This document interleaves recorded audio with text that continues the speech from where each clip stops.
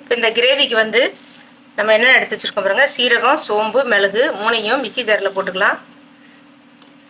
இதில் காஞ்ச மிளகா வந்து ஒரு 4 ஒரு 5 மிளகா கூட போட்டுக்கோங்க, உரப்பு தகுந்த மாதிரி. முந்திரி பருப்பு கொஞ்சம் போட்டிருக்கேன்.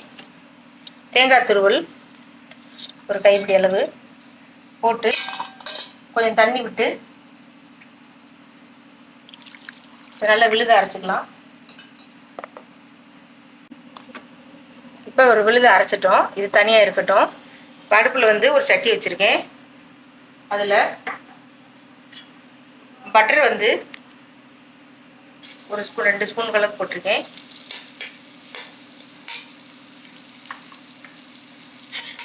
அதில் சோம்பு வந்து கொஞ்சம் போட்டுருங்க.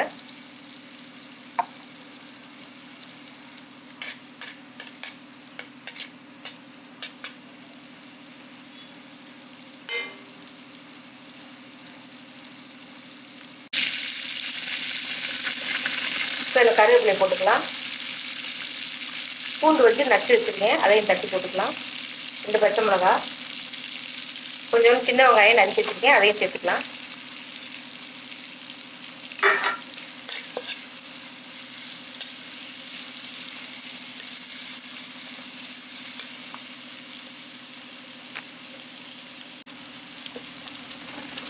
வெங்காயம் வந்து நல்லா வதங்கிடுச்சு.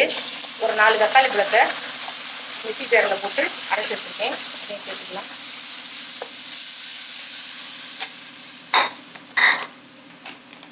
இதுக்கு தேவையான மஞ்சள் பொடியை போட்டுக்கலாம்.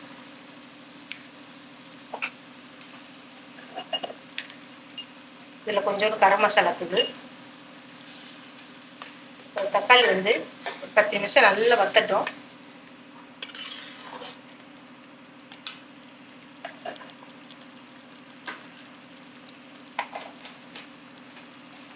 காளானுக்கு வந்து கட் பண்ணி வச்சுருக்கேன், அதில் போட்டுக்கலாம்.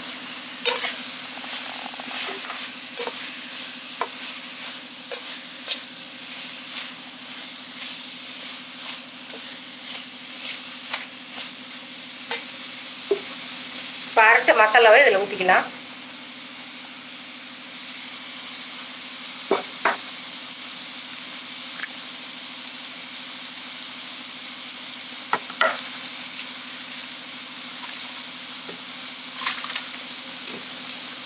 இதுக்கு தேவையான தண்ணியும் ஊற்றிட்டு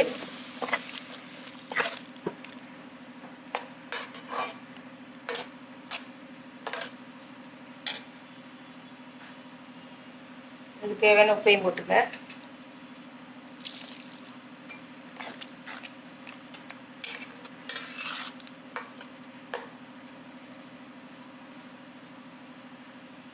இப்போ மூடி வச்சிடலாம். இப்போ திறந்து பார்க்கலாம். பாருங்கள், சூப்பராக இருந்துச்சு கிரேவி. இது பூரி, சப்பாத்தி, சுடு சாதத்தில் போட்டு பண்ணி சாப்பிட்றதுக்கு அருமையாக இருக்கும். இதே மாதிரி வீட்டில் ட்ரை பண்ணுங்கள். நம்ம சேனலை எல்லோரும் சப்ஸ்கிரைப் பண்ணுங்கள்.